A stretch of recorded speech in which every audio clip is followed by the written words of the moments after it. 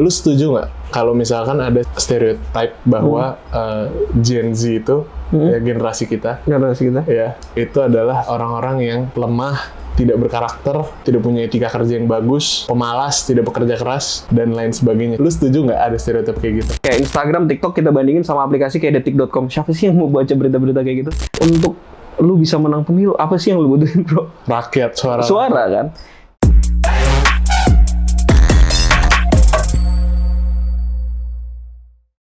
Oke.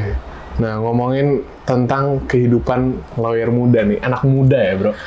Ini salah satu permasalahan yang tadi lu sebutin sih bro, yang sangat menarik buat gue ya. Yang menurut gue juga menjadi salah satu faktor kenapa kita bahas dulu dari sini bro.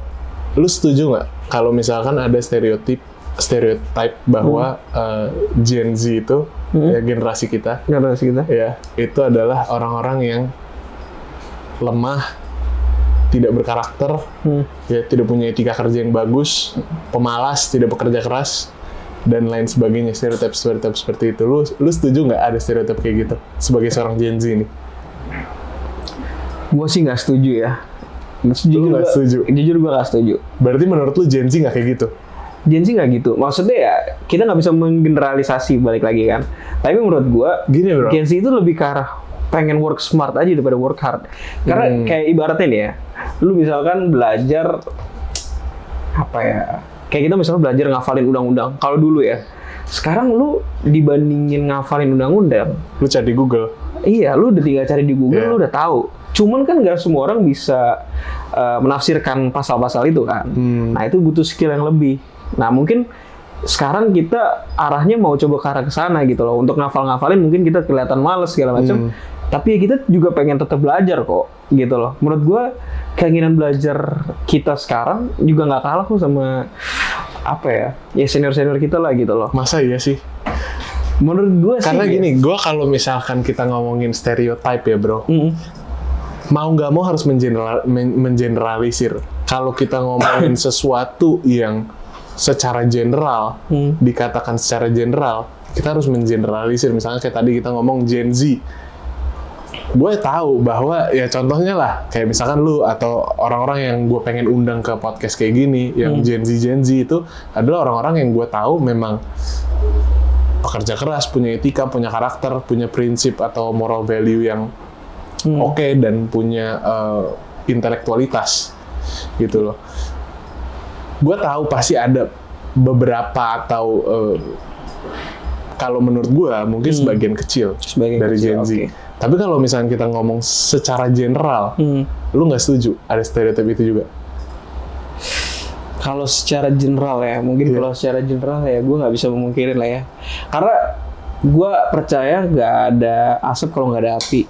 Karena bisa muncul stereotip seperti itu mungkin kan karena ya yang mereka hadapi nih selama ini ya Gen Z itu seperti stereotip itu kan. Kayak gitu, karena nggak mungkin lah mereka ngomong tanpa suatu alasan yang jelas. Itu maksud gue bro, itu maksud gue. Nggak mungkin tiba-tiba muncul stereotip kalau itu nggak beneran terjadi. Betul. Lalu orang-orang ini mendapat stereotip itu, mendapat nilai tersebut, konsep ideologi tersebut tuh dari mana? Bahwa Gen Z tuh ya gampang nyerah, apa segala macam.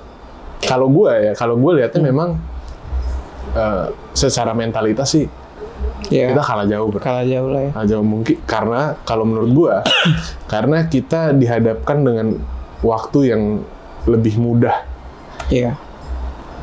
Kalau lu dihadapkan dengan masalah, lu akan tumbuh menjadi orang yang punya mentalitas kuat, lu akan punya daya juang yang kuat. Tapi kalau misalkan lu jarang ketemu masalah, ada masalah diberesin sama orang tua lu, ya kan, lama-lama itu kan jadi membuat kita mentalitasnya ya kayak gitulah. Ya karena semua udah lebih nyaman juga kan. Yes.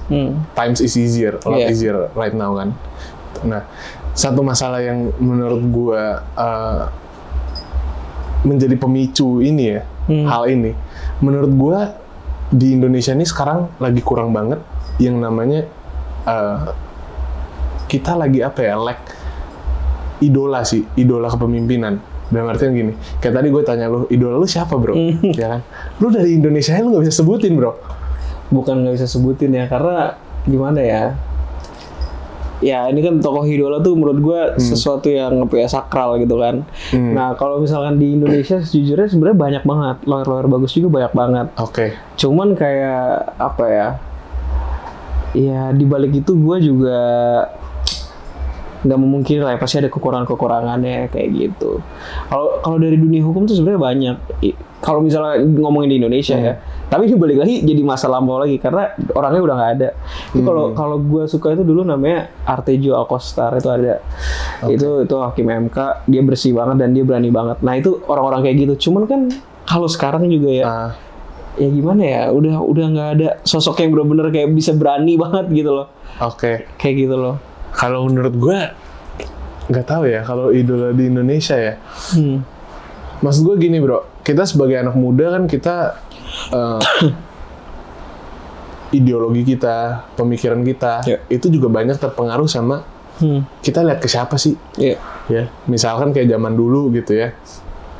Mungkin banyak tokoh-tokohnya gitu loh. Iya benar-benar. Banyak tokoh-tokohnya, misalnya orang melihat Soekarno tuh kayak gimana. Soekarno udah kayak mungkin dulu udah kayak raja kali ya. Iya, jadi orang tuh punya idola, mengidolakan seseorang yang menurut gua itu ngelit mereka ke arah yang benar secara generational gitu. Jadi generasinya makanya bisa tumbuh menjadi orang-orang yang hebat, orang-orang yang berpengaruh gitu. Nah sekarang kalau misalkan gue tanya kayak zaman sekarang ya bro, siapa sih tokoh-tokoh yang kayak gitu yang kita lihat look up banget tuh? Kebanyakan tokoh-tokohnya malah tokoh-tokoh orang-orang zaman dulu. Iya. Sebenarnya kalau sekarang kalau sekarang gue ngeliat kenapa Soekarno itu bisa sepenting itu tokohnya, sepenting itu. Karena kan dulu kita Indonesia ya, bangsa Indonesia ini kan dulu kita bersatu lah, kita punya tujuan yang sama, yaitu kita pengen merdeka. Jadi ya kita benar-benar mengidolakan orang yang akhirnya membawa kita ke tujuan tersebut kan. Nah kalau untuk sekarang itu kan kita, walaupun kita sekarang satu Indonesia, semua orang tuh udah punya kita nggak perlu satu itu gitu loh. Kita punya banyak pilihan, kita punya banyak opsi, terus kita punya juga opini-opini kita masing-masing kayak gitu. Kita punya kepentingan-kepentingan yang mau kita capai, kayak misalkan mungkin ya kita sebut aja misalnya Pak Jokowi ya. Pak Jokowi kan ya salah satu presiden yang mungkin sekarang ya gimana ya, banyak banget lah yang mengidolakan. Cuman nggak semua orang juga sependapat sama apa yang dia lakukan kan. Bener. Karena kita balik lagi, kita nggak dulu tuh lu berdarah-darah bro, lu nyari kemerdekaan gitu kan. Mau nggak mau kita jadi bersatu banget nih. Nah Indonesia sekarang menurut gua kekurangan tujuan yang sama ini gitu loh. Kita mau kemana nih Indonesia? Kalau misalkan dulu tuh menurut gua Soekarno tuh tokoh yang berani banget ya. Dia udah membawa kita merdeka. Kemudian juga dia, kalau mungkin kita aware juga sama sejarahnya, dia bahkan berani nantang Amerika, Inggris, Malaysia mau dia perangin segala macam. Maksudnya ini negara yang baru merdeka banget loh. Nah, maksud gue tuh kita kekurangan tokoh yang seperti itu, bro. Kalau orang zaman dulu, maksudnya lihat gitu ada satu tokoh atau beberapa malah ya, banyak loh, bro, banyak ya dulu ya. Bukan cuma satu tokoh doang, malah gue bisa berargumen juga bahwa mungkin Bapak Soeharto juga bisa dibilang salah satu tokoh yang pengaruhnya besar ke anak-anak generasi muda gitu. Sampai generasi muda itu jadi sangat peduli terhadap politik Indonesia, keadaan Indonesia dan lain sebagainya. Kalau zaman sekarang, lu lihat yang viral-viral di TikTok, ya kan kayak gue nggak tahu tuh ada satu siapa lah namanya nggak jelas. Gue juga lupa sih bro, ini orang siapa. Generasi di bawah kita lah kayaknya. Masih SMA udah nikah, udah hamil, udah cerai bahkan. Oh iya, yang lupa lah gue siapa lah itu ya. Gue lupa juga itu namanya. Tapi yang terkenal yang di kalangan. Lu sering lihat gak video-video yang nge-interview anak kecil kayak nanyain pahlawan-pahlawan gak ada yang tahu. Bonge Citayam tahu, Fashion Week tahu. Ya kan kayak gitu-gitu tahu. Anak-anak ini gak punya tokoh yang bisa diidolakan gitu loh. Paling sekarang siapa sih kalau dari segi kita ngomongin maksudnya yang memacu intelektualitas ya, mungkin gue bisa sebutin kayak Gita Wirjawan. Iya, Pak Gita. Oke, maksudnya tapi juga pun nggak dikenal-kenal banget. Generasi kita jangan tanya anak-anak kecil. Kalau anak kecil gue udah yakin nggak ada yang kenal itu. generasi kita berapa banyak yang kenal, yang maksudnya tahu Pak Gita Wirjawan dan nonton coba dia punya podcast atau dia punya ilmu apa segala macam. Berapa banyak, bro? Oh iya sih, gue paham banget sih, karena ini menurut pendapat pribadi gue ya. Banyak hal-hal yang lebih apa ya? Kita kan sekarang zamannya popular culture ya, pop culture gitu ya. Kita lebih suka sesuatu yang menarik, yang berisik, yang viral, yang sesuatu yang bikin kita kok kayak gini sih. Itu lebih tertarik kan. Kayak misalkan kita sesimpel di Instagram aja deh, kayak atau ya kita mungkin kayak Instagram, TikTok kita bandingin sama aplikasi kayak detik.com. Siapa sih yang mau baca berita-berita kayak gitu? Kayak kita lebih enjoy sama entertainment aja sekarang gitu loh. Nah, itu mungkin satu hal yang akhirnya membawa kita ya jadinya seperti ini. Kayak di Indonesia sekarang. Kenapa sih akhirnya orang-orang yang menurut gua punya konten-konten yang menarik, yang edukatif itu akhirnya terjun ke YouTube? Karena segmentasi TV itu sekarang udah mulai beralih. Akhirnya dari yang mungkin dulu nge-reach orang-orang kaya, sekarang mulai menurun ke kalangan ke bawah. Kenapa? Karena ya orang-orang yang apa namanya, yang pinter-pinternya udah sekarang udah main YouTube, dia udah ngeliat podcast segala macam, dan di situ lebih konten-konten yang dia pengen cari itu lebih lebih tertuju kan. Nah akhirnya sekarang TV mau nggak mau ya dia ngikutin pasar. Orang-orang yang tersisa ini kan orang-orang yang punya TV doang mungkin. Mungkin yang memang cari entertainment lah ya tujuannya. Jadi karena mungkin kalau orang kaya kan dia bisa punya akses smart TV, bisa akses Netflix, bisa akses YouTube. Mungkin juga kalau apa namanya orang-orang menengah ke atas juga bisa punya handphone, punya laptop, bisa akses itu. Cuman orang-orang menengah ke bawah kan mereka entertainmentnya TV, dan mereka cenderung ya udah cari entertainment aja. Mereka nggak terlalu peduli sama dunia di luar itu. Jadi mereka kayak sinetron semua itu thriving gitu. Iya. Nah itu yang akhirnya membawa ya udah nih lama-lama yang dulu tersisa di TV menurut gua lama-lama cabut juga akhirnya. Kayak misalkan Deddy Corbuzier juga, dia kan akhirnya juga out gitu kan. Nah, gue ya walaupun sekarang menurut gue juga kontennya kadang-kadang ada yang kontroversial juga. Cuman kan maksudnya podcast dia sebagian juga edukatif lah menurut gue. Iya. Dan gue juga sering nonton podcast dia, dan menurut gue ya itu orang-orang akhirnya lari ke YouTube. Nah udah di YouTube kan sekarang lu tinggal pilih. Lu nggak dijajalin. Kalau di TV kan lu nonton apa yang lu dikasih. Program apa di jam berapa ya udah itu aja lu tonton gitu. Kalau di YouTube ini sebelah ada video misalkan apa namanya orang nari-nari joget-joget, ya lu lebih pilih itu nggak sih daripada lu baca berita ngapain gitu kan? Ya sekarang tinggal kita milihnya aja gitu. Itu sih concern gue bro, karena menurut gue akan sangat pengaruh ke generasi kita. Gue sangat concern sih sama generasi kita bro, karena menurut gue selalu bilang juga di video gue, efeknya tuh kita nggak ngerasain sekarang bro. Menurut gue generasi kita tuh sangat krisis kepemimpinan, karena salah satu faktor tadi menurut gue kita kurang idola yang bisa kita lihat, kita look up gitu. Gue sangat concern dengan kepemimpinan di generasi kita, dan ini akan kerasa 10-20 tahun lagi ketika kita udah harus mimpin di suatu perusahaan, ketika kita udah harus mimpin instansi pemerintahan, ketika kita udah mimpin suatu organisasi gitu loh. Kalau dari segi pemimpinan menurut lu sekarang ini ya, misalkan kita let's say kita ngomongin presiden deh, ya kan, bentar lagi pemilihan tuh. Oke. Menurut lu agak ini juga ya. Kita agak tapi kita nggak usah ngomongin bahas ke politiknya. Kita ngomongin dari segi kepemimpinan aja. Ada nggak tokoh menurut lu sekarang nih sangat menonjol kepemimpinannya? Kalau untuk di Indonesia ya? Iya, di Indonesia dulu deh. Sebenarnya gue di Indonesia ini menurut gue mungkin kita ngeliatnya 3 bakal calon dulu aja ya. Dari 3 bakal calon itu menurut gue punya kelebihan dan kekurangannya masing-masing. Kayak siapa? Gitu. Jangan siapa dong. Ya maksud gue misalkan Pak Prabowo deh. Ya misalkan kita sebut namanya Pak Prabowo. Menurut gue dia ya mungkin karena background keluarga gue juga ada yang militer, jadi kita agak paham se-mindset lah sama dia. Cuman kan dia punya background masa lalu juga yang kurang baik. Kayak gitu kan. Nah kemudian misalkan Pak Anies, ya kan. Pak Anies mungkin sekarang ya kita tahu sendiri banyak banget pandangan tentang Pak Anies ini.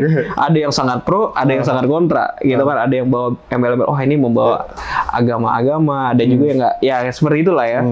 Nah kalau Pak Ganjar, menurut gua kerjanya juga oke sebenarnya. Oke. Cuman ada juga yang nggak setuju dengan kayak, wah ini terlalu banyak yang viralin, terlalu banyak gimmick kayak gitu kan. Jadi sekarang tinggal ya kita nilai aja, kita kasih kesempatan, mereka udah jadi bakal calon. Ya gue sih sekarang masih netral, gue pengen coba denger visi misinya mereka seperti apa. Tapi kalau dari segi kepemimpinan, menurut lu siapa yang unggul? Aduh, kepemimpinan tuh apa sih sebenarnya kan? Definisinya tuh apa?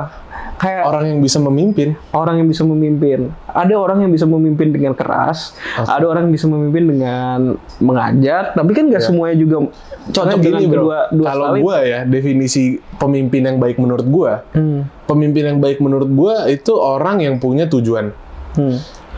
Dan pemimpin itu harus tahu bahwa dia harus bisa mengambil keputusan-keputusan yang searah dengan tujuan dia. Oke. Karena gini, pemimpin itu tugasnya bukan nyenengin semua orang, bro. Ya gue ambil contoh, misalkan banyak juga nih argumen kayak misalkan Pak Soeharto sebenarnya itu pahlawan apa bukan sih? Gue kemarin sempet nonton tuh dokumenternya. Ada dia kan sempat mau dinobatkan sebagai pahlawan nasional, tapi belum sampai sekarang masih belum dikasih, Ya, belum ada keputusannya, ya kan? Menurut gua pemimpin itu harus tahu kapan dia harus bisa mengambil keputusan yang baik untuk orang banyak, kapan dia harus bisa nyenengin orang banyak. Ya kita butuh pemimpin yang Karena tegas beda. lah ya. Karena beda, bro. Lu ngambil keputusan yang baik untuk orang banyak, belum tentu buat orang tuh seneng. Ya. Belum tentu buat tuh orang seneng gitu. Gue nggak bilang Pak Soeharto pemimpin yang baik atau apa. Gue cuma ngasih contoh bahwa menurut gue pemimpin itu harus tegas, tujuan dengan dia punya decision making itu harus sejalan. Bukan orang-orang yang ya udah sekedar muncul di sosial media, ya seolah-olah kinerjanya kayak gini-gini, bikin seneng semua orang gitu. Itu menurut gue pemimpin yang bagus. Jadi dia nggak butuh disukain orang juga, bro. Dia dibenci orang pun nggak apa-apa. Yang penting tujuan dia tercapai. Paham. Cuman gini, kita kan kalau ngomongin politik ya, sekarang mau jadi presiden aja tuh ada batas minimum ya kan. Iya. Ada entry point-nya kan. Maksudnya Setuju. ya harus misalkan presidential threshold itu kan. Nah, itu kan maksudnya kita butuh juga nyenengin orang dong. Iya. Orang butuh setuju sama butuh kita. politik juga. Ya, kita butuh politik, kita butuh bikin orang happy, untuk orang ya supaya mau denger kita, supaya mau kita jadi pemimpin dia. Otomatis kita harus bikin dia happy dong. Terus juga nanti kan ini baru ngomongin presidential threshold ya nih. Untuk lu bisa menang pemilu, apa sih yang lu butuhin, bro? Rakyat, Suara kan. Kayak ya itu kita butuh nyenengin rakyat juga akhirnya. Karena jadi itulah makanya tricky untuk jadi seorang pemimpin seperti itu, karena lu harus balance antara semuanya, antara tujuan dan juga ya idealisme lu dengan juga apa yang emang harus lu capai nih, karena lu butuh suara juga gitu kan. Itu sih. Oke, setuju. Kalau gitu gini deh, kalau di Indonesia lu nggak bisa sebutin, menurut lu di seluruh dunia, kita ngomongin global gitu, menurut lu siapa sosok pemimpin yang menurut lu nih ini pemimpin tuh kayak gini, bro, gitu?